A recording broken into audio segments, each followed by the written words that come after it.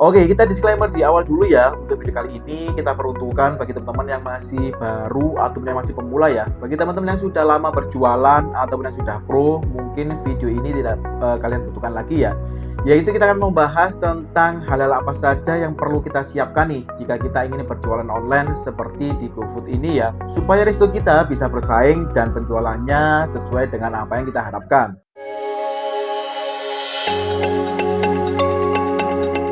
Oke, tanpa berlama-lama langsung saja mari kita bahas ya. Untuk yang pertama yaitu gunakan nama resto yang tepat. Nah, untuk pemilihan nama yang tepat ini sangat penting sekali ya, apalagi bagi teman-teman yang masih benar-benar baru merintis. Misalkan nih teman-teman menjual makanannya itu tahu campur misalkan ya. Nah, jika teman-teman menjual makanannya yang pokok itu tahu campur, sebisa mungkin kalau mengasih nama jangan kedai apa gitu ya, ataupun resto apa gitu.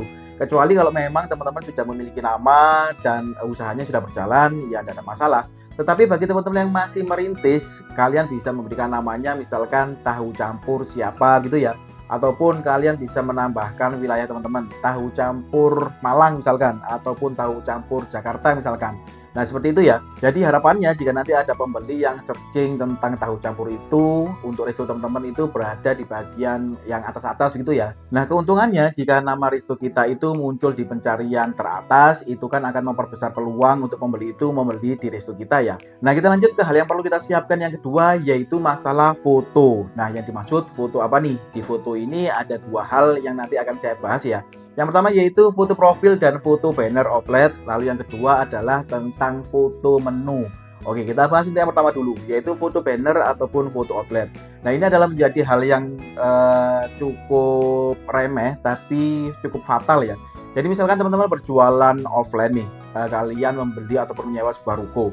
Nah, foto banner ataupun foto profil ini ibaratnya ya kalian memasang banner di depan toko kalian begitu ya. Semakin banner kalian itu menarik perhatian, ya semakin banyak pembeli itu merasa tertarik untuk mampir ke resto teman-teman ya.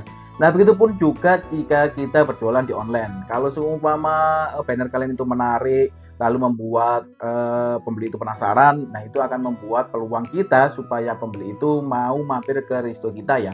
Nah, setelah pembeli itu mampir ke resto kita, selanjutnya yang menjadi pertimbangan dari pembeli yaitu melihat foto menu kita. Maka dari itu foto menu ini kalian buat semenarik mungkin, tetapi juga original. Nah, mengapa kok menarik dan original? Karena biasanya jika teman-teman hanya memikirkan hanya sekedar menarik gitu ya, teman-teman mungkin bisa mengambil fotonya dari Google misalkan, ataupun bantuan AI misalkan. Nah, tetapi kalau kalian mengambil fotonya itu, bentuk fotonya itu berbeda jauh dengan menu teman-teman, ini akan menjadi blunder juga ya. Blundernya seperti apa? Blundernya adalah jika nanti pembeli itu merasa bahwa makanan yang sampai kepada mereka itu berbeda dengan foto menu, ini nantinya akan membuat penilaian buruk terhadap resto kita ya. Maka dari itu buat foto menu yang semenarik mungkin dan seoriginal mungkin. Nah, khusus untuk foto menu ini sebenarnya kemarin sudah pernah saya bahas ya, untuk bagaimana tips-tips yang bisa kita lakukan untuk membuat foto menu yang menarik dan original hanya menggunakan kamera HP saja. Teman-teman bisa cek video yang lain di channel ini ya. Oke, kita lanjut ke hal yang perlu kita siapkan berikutnya, yaitu tampilan dari menu di resto kita. Nah, ini maksud seperti apa nih? Nah, hal ini sama seperti foto banner tadi, hal-hal yang sering dilupakan gitu ya, padahal ini sangat-sangat penting sekali. Tampilan menu di resto kita. Ketika kita bisa men-setting menu kita itu terlihat rapi, lalu terlihat menarik, itu akan membuat pembeli itu juga merasa ingin membeli di resto kita gitu ya. Nah, tampilan menu ini dimaksud apa? Yang pertama yaitu urutan menu dan kategori. Nah, mungkin di sini teman-teman ada yang beberapa yang sudah tahu dan mungkin ada beberapa yang masih belum tahu bahwa kategori maupun menu itu kita bisa mengurutkan. Jadi kita bisa men-setting kategori apa yang kita taruh di bagian atas, lalu kategori apa yang kita taruh di bagian kedua, begitupun juga menu. Menu mana yang sekiranya favorit begitu ya, ataupun best seller, ataupun menu dari andalan di resto kita. Itu kita taruh di bagian atas. Jadi supaya ketika nanti ada pembeli yang mampir ke resto kita, itu merasa tertarik untuk membeli produk-produk kita ya. Nah, misalkan lagi nih, teman-teman bisa menaruh kategori ataupun menu-menu promo pada bagian atas. Nah, ini akan membuat penonton itu merasa tertarik untuk membeli di resto kita ya. Nah, selanjutnya yang bisa kita siapkan nih untuk masalah tampilan menu, yaitu nama kategori dan nama menu itu sendiri. Nah, ini menjadi penting ya. Misalkan ini nama kategorinya kalian bisa menambahkan kategori yang umum terlebih dahulu. Misalkan ada kategori makanan ataupun kategori minuman. Nah, selanjutnya kalian bisa menambahkan kategori-kategori yang cukup unik. Misalkan nih, kategori promo makanan misalkan ataupun kategori makanan viral.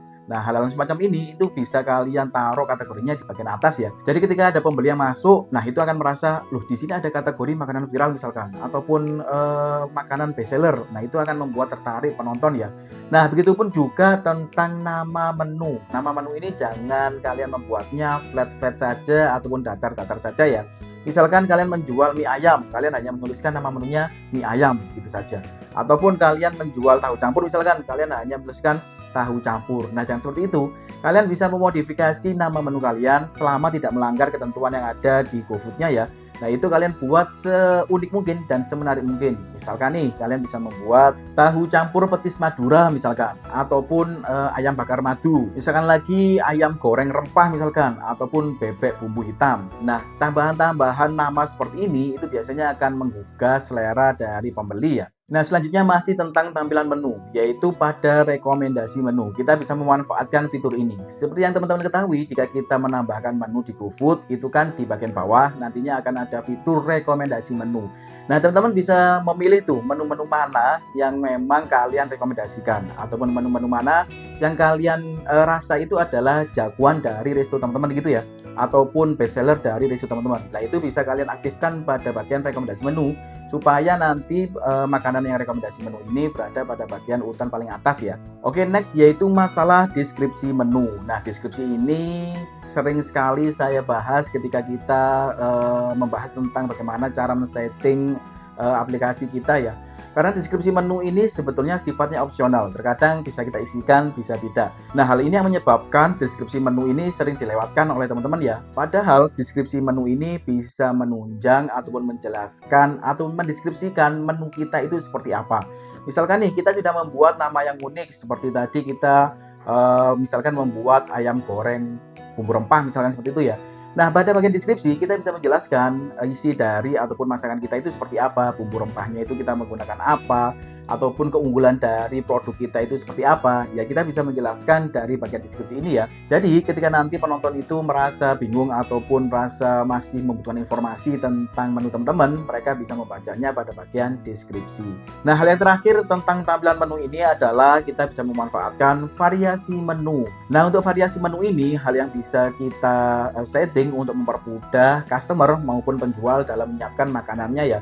Misalkan nih kalian menjual mie level pedas. Nah, variasi menu yang dimaksud ini adalah kalian bisa memberikan variasi pedasnya itu level berapa. Misalkan level 0 sampai level 5 misalkan ya. 0, 1, 2, 3, 4, 5. Jadi pembeli itu merasa dipermudah dengan membeli mie level tadi, memilih levelnya level berapa gitu ya.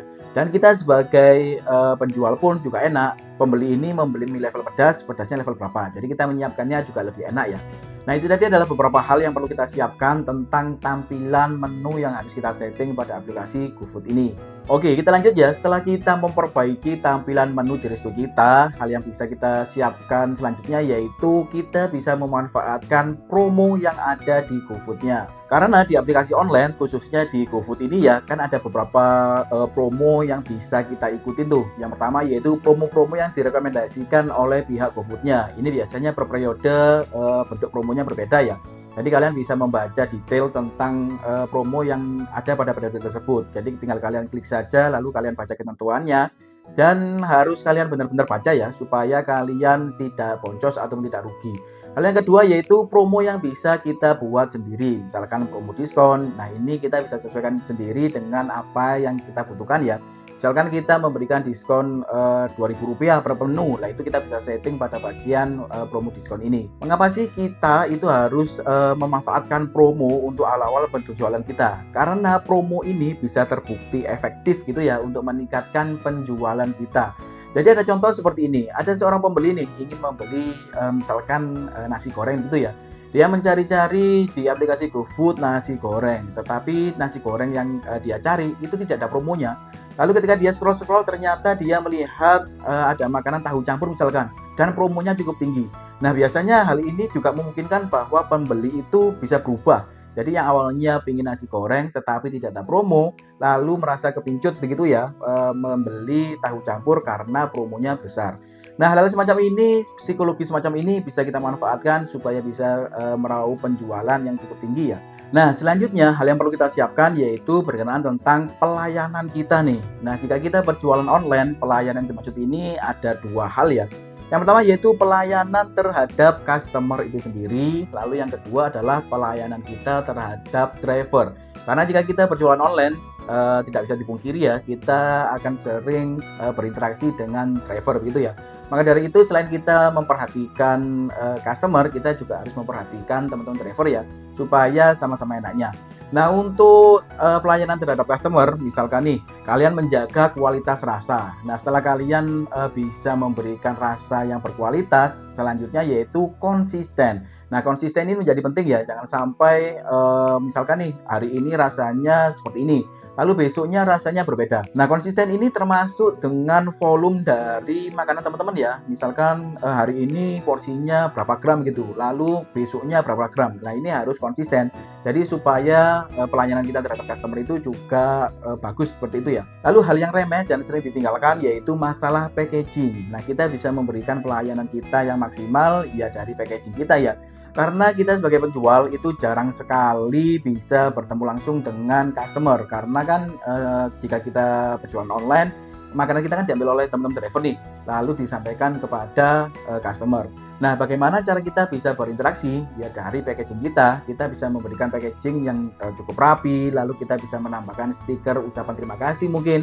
Jadi supaya pelanggan ataupun, pembeli itu juga merasa diperhatikan ya oleh kita para penjual. Pelayanan yang optimal ini juga akan berdampak terhadap penilaian pemberi ke resto kita ya, yang bermanfaat juga tentang rating kita itu bisa menjadi bagus.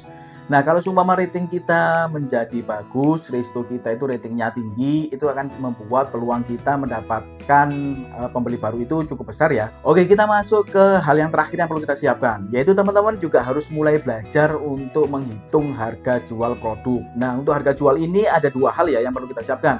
Yang pertama yaitu harga jual produk dasar ataupun basic gitu ya.